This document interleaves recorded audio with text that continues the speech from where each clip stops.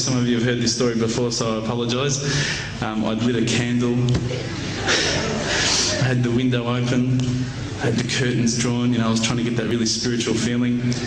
It was a nice summer night in Melbourne, as summer as it can get in Melbourne, and I was sitting there thinking, this is it, this is the night. I'd been, investigating all the spiritual proofs, all the scientific proofs about the fact that the mountains are the pegs, about, how the embryo develops inside, the woman, all these amazing proofs, but I still needed that little push. It's like I was on the edge of a cliff, I was ready to jump, I just needed a push. So I was sitting there, it was very quiet. I was reading Quran, I stopped. I said, Allah, this is my moment. This is the time I'm about to jump into Islam. All I need is just a sign. Just a little sign, nothing huge, maybe a bolt of lightning. Maybe half the house could fall down or something, just small. It's small for you, man. You created the earth, come on. So I sat there. I was waiting for the candle to start lighting up to 4 metres high like in the movies. And I go, okay, go. And subhanAllah, nothing. Absolutely nothing happened. I was really disappointed, to be honest. So I sat there and I said, Allah, this is your chance. I'm here. I'm not going nowhere. I'll give you another chance. Okay, maybe you're busy. I know it's daytime over the other side of the world. There's a whole lot of stuff going on. Maybe this time it could just be like a car backfiring. Something small. All right, half the house, the candle. Let's forget that. A bird could fart outside. I don't care. Just anything. So I said, okay, go. And subhanAllah, absolutely nothing happened. And I mean, I couldn't have even said, oh, that was it. That creak just then in the wall, that was it. Absolutely nothing happened. I was really disappointed. I was gutted. I was sitting there thinking, this is it, this was my last chance, Islam, and I haven't found it. I pulled back the Quran, I turned back to where I was reading.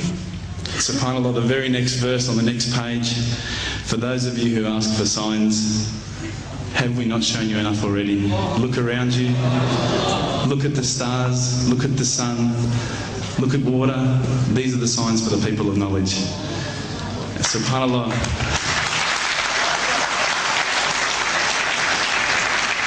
I threw the doona over my head and I pretended I was asleep. I was that scared because I couldn't believe how arrogant I'd been to want my own specific sign when all the signs had been there for me all along.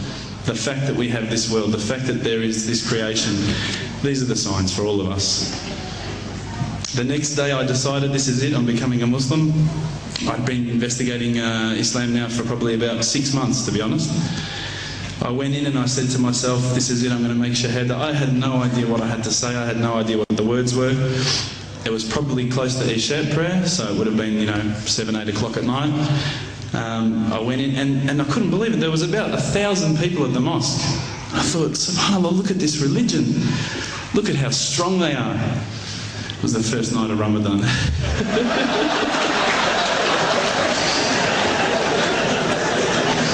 Ramadan Muslims. So I sat there and I was very nervous, I must admit. I got up and this person's going to me, you got to say these words, bro, Ashhadu. I'm going, what? Ash what? Can't I just say it in English? No, they say, no, you've got to say it in Arabic. And I thought, looked out over the sea of beards that I could see in front of me, and I thought, if I get these words wrong, I'm a dead man. Again, I had this fear, And they were staring at me, and I don't know if you know this, but Australians can't stare. Lebanese people can stare. So I was sitting there, I was very scared. I got up, and subhanAllah, as soon as I started to say the words, all fear went out of my mind. It felt as though a shower was inside my head and someone had just turned on the cold tap. I felt like I'd been flushed clean. I said the words, and I wasn't expecting so many brothers to come up and yell, Takbir, Allahu Akbar, and start kissing me and hugging me. Now, I'd never been kissed by that many men in my life. But it was a beautiful day, I must admit. And that day was the day that I had more brothers than I could ever imagine, more sisters as well. But I guess since that day I've never looked back. My family, I think, initially were very worried that I was going to be, I guess, a little bit weird towards them. That they thought that I was going to break out the AK-47s and the grenades. But they realised, I think, soon that this religion was actually making me a better person. Prior to Islam, you're not going to believe it, I had a mohawk. I did. I had, I'm not going to show you any photos. I had army greens, I had the Metallica t-shirt, I had the cherry dogs. I was shocking, right? I thought I looked great, but I looked terrible. And alhamdulillah, ever since then I look as good as I do now. No, don't laugh, please. But my parents were the first people to actually say to me once, which really amazed me. They said, my father actually asked me for the Quran recently, which I was really happy about. I always thought he'd be one of the hardest people to work on. But he said to me, ever since you've been a Muslim, you've been a better person. You're more reliable. I can count on you to come and pick me up if my car breaks down. Whereas before I'd gone, Dad, I was drinking last night. I don't know if it's still out of my system.